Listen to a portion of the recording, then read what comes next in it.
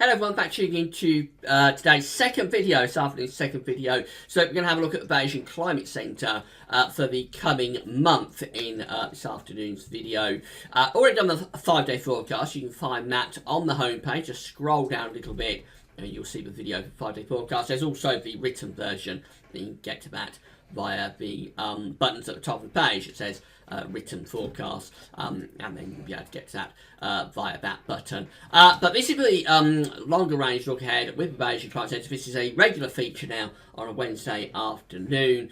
So we're going to go ahead through the next month. We're going to take us in towards the middle of May with this update. We're going to look at the 500 millibar heights broken down to 10-day periods, and then the corresponding temperature and precipitation anomalies that go with those height anomalies. So I'll talk you through the charts in a second, but before you get on with that, just to say about the ads at Gazworth, it says links to articles on all of the pages. Have a browse widgets and click through the links if there's any articles that you're interested in. And thanks very much for doing that. There's video ads on most of the pages. Say open up in the content you watch them, they'll close back up again.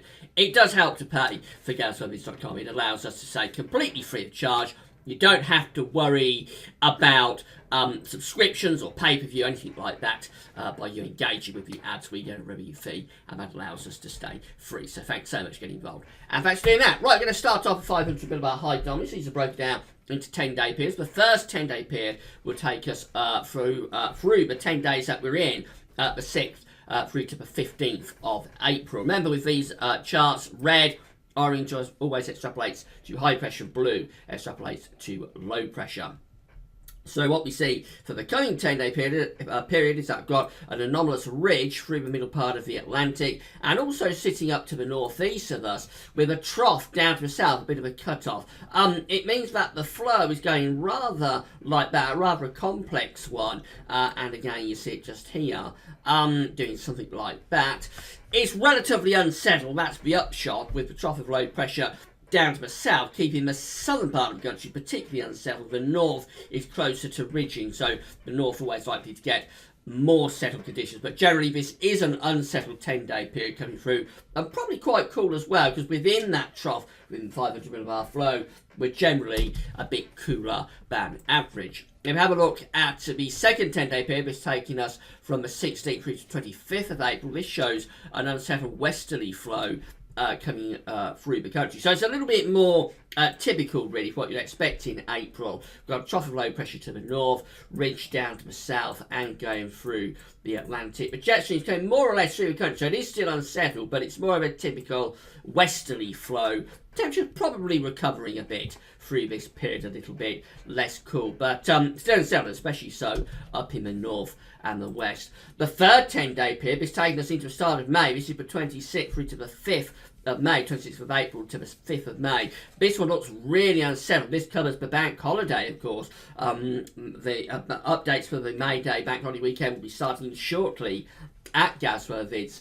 And this one looks very unsettled, doesn't it? Deep trough of low pressure, more or less centred over the top of the country. And the jet stream is to the south of us. Again, it's doing something like that. So not only is it very unsettled for the end of April, it also looks very cool as well, I would suggest. That looks pretty grim there for the end of the month and into the start of May. And then finally we go through to the final 10-day period. This is beyond the month head, but the chart is there, so you might as well use it. It's taking us from the 6th through to the 15th of May. So this is sort of days 31 to 40. And with this one we see the trough pulling out to the west of the country, signs of ridging a little bit to the south, and also maybe stretching up into central parts of Europe. So this could be a little bit drier and warmer. The jet stream could well be starting to move northwards here, hopefully bringing some spring warmth and drier conditions with it. So that one does look a little bit of an improvement. It's a long way off though, day 31 to 40, very long way off going to the middle part of May, but maybe hints there of a bit of an improvement next month. Let's have a look at the temperature anomalies that go with all of this. So the coming week, seeing temperatures a little bit cooler than average, quite a cool week expected for the coming 10-day period, going from the 6th through to the 15th of April. The next 10-day period, that one goes a little bit milder than average from the 16th through to the 25th. That's the westerly, more typical westerly flow is re-establishing. So it makes sense that temperatures would recover a bit as the flow goes back into the west. The next 10-day period, though, is where the trough sinks down across the country. It look very grim. It's for the bank holiday weekend at the end of April into the start of May, going from the 26th of April to the 5th of May, and this shows the temperature anomaly going cooler than average. Once we have a look at the precipitation anomalies, I expect those to be going significantly wetter than average as well through this 10-day period. And then finally, the 6th through to the 15th of May, just signs that temperatures are recovering there. They're beginning to pick back up again as ridging is beginning to extend back up from the south and the southwest. So signs of an improvement there into the middle part of next month. Very long way off, of course. Finally, have a look at the precipitation anomalies for the coming 40 days and days 1 to 10, 6th through to the 15th of April, looking wetter than average, and especially so down to the south, close to that cut-off low, sitting to the south of the country, but all places generally coming out with above average rainfall. The second 10-day period, that shows the temperature, the precipitation anomaly is going a bit above average again, so another wetter than average week expected there from the 16th through to the 25th of April. The next 10-day period, this is the trough sinks down across the country, so it's very wet. So it really does look really grim here to the end of April and the start of May, covering the bank holiday weekend. That looks pretty poor. Temperatures cooler than average, rainfall well above average, and a trough more or less centred over top of the country to end April and start May. And then finally, the final 10 days, going from the 6th through to 15th, where we have those signs of an improvement. Still generally suggested to be a little bit wetter than average, but it's not as bad as the earlier 10-day period.